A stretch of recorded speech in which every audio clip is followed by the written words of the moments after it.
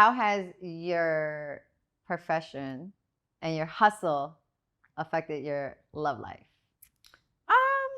Honestly, I remember there was a time where we all was going through real toxic situations. We grew out of them, at least I would hope that we did. I didn't.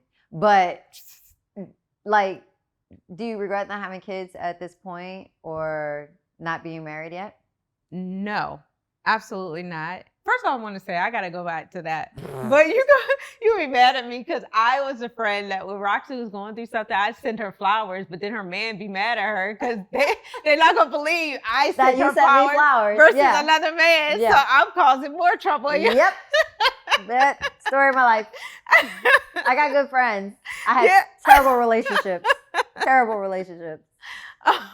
No, wait. Well, what was you asked me something good, but I had Do you regret it? Do I regret not being married yet or not having kids? No, because I want to be fully present for my kids. I want to be the girl with the band rolling up at soccer practices and all the kids getting out the bag. And I just knew I couldn't be that person with who I was running all these brands. Mm-hmm. And then, if I chose who I was going to marry back then, I would have got stuck with some knucklehead because of who I was back then. We all would have been stuck with the wrong situation. Stuck. And I mean, honestly, when I see my growth, especially over the last 5 years, not even 10, but 5, and even the type of people I've attracted into my life are of higher quality. They're emotionally intelligent. Mm-hmm. We, very into, we're aligned. If I let them in my space, we're aligned. And I don't date anyone that I don't see being my husband one day or my child's father. Because what am I wasting my time for? Right. Something we don't have. Yeah, because then you end up getting stuck with the person. Exactly. Because you messing around and sneaky linking. No, I'm not getting stuck with a sneaky link. So, if I don't see you the qualities I look for in my husband, then I'd rather not date you at all. And so, to your point, do I regret not having kids or not being married yet? No, I wake up every day loving my peace. No disrespect to anybody that don't got peace when they wake up, but peace is a luxury. Peace is expensive. And if it costs me my peace, it's too expensive. But I think sometimes we yearn for stuff, because I did at one point, so much that we don't appreciate the present moment of what we have now and the luxury of it all, the freedom of getting on a plane whenever you want to. You know what I mean?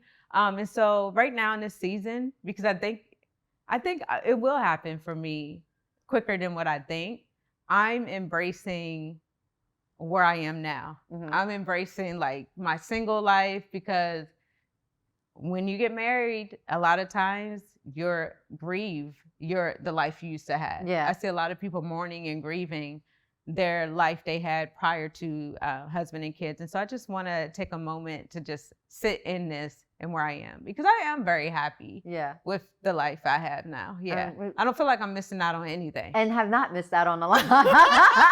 Not missing out on a thing. I'm very happy. I'm very at peace.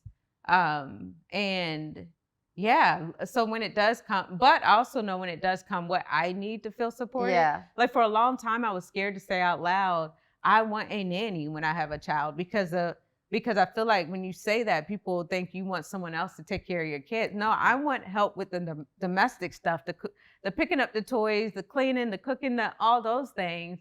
So I can pop it on a handstand for my husband at night, because he ain't getting nothing if I got to do all the stuff I just said, the laundry list of things. And so I had to sit down and figure out, if I were to bring a child into the world, what would that look like?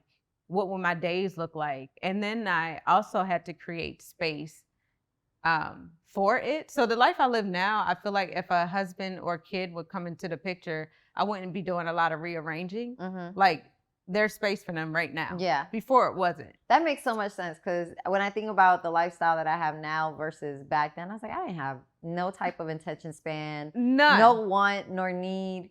No, I was not emotionally available. No. Now, I think I always, I wanted it, But in reality, I'm glad that nothing ever happened where I'm running around as a baby mama right now.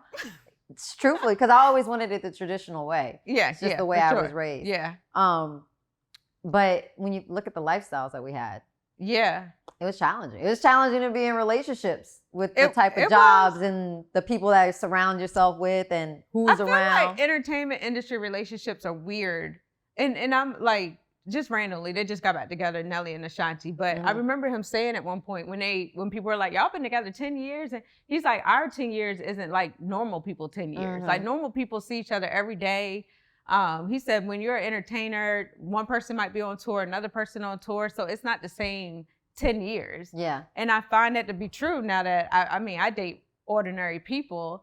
And I'm like, oh, y'all have real relationships. Like, this is real intimacy. This ain't no cute, we talking or we dated because we texting a little bit and we seen each other in one city or another that we crossed paths. Yeah. Like, no, this is real dating. Yeah. Totally different. Yeah. Dating outside of the industry is different, but then people get stuck dating inside the industry because you know that you're comfortable enough.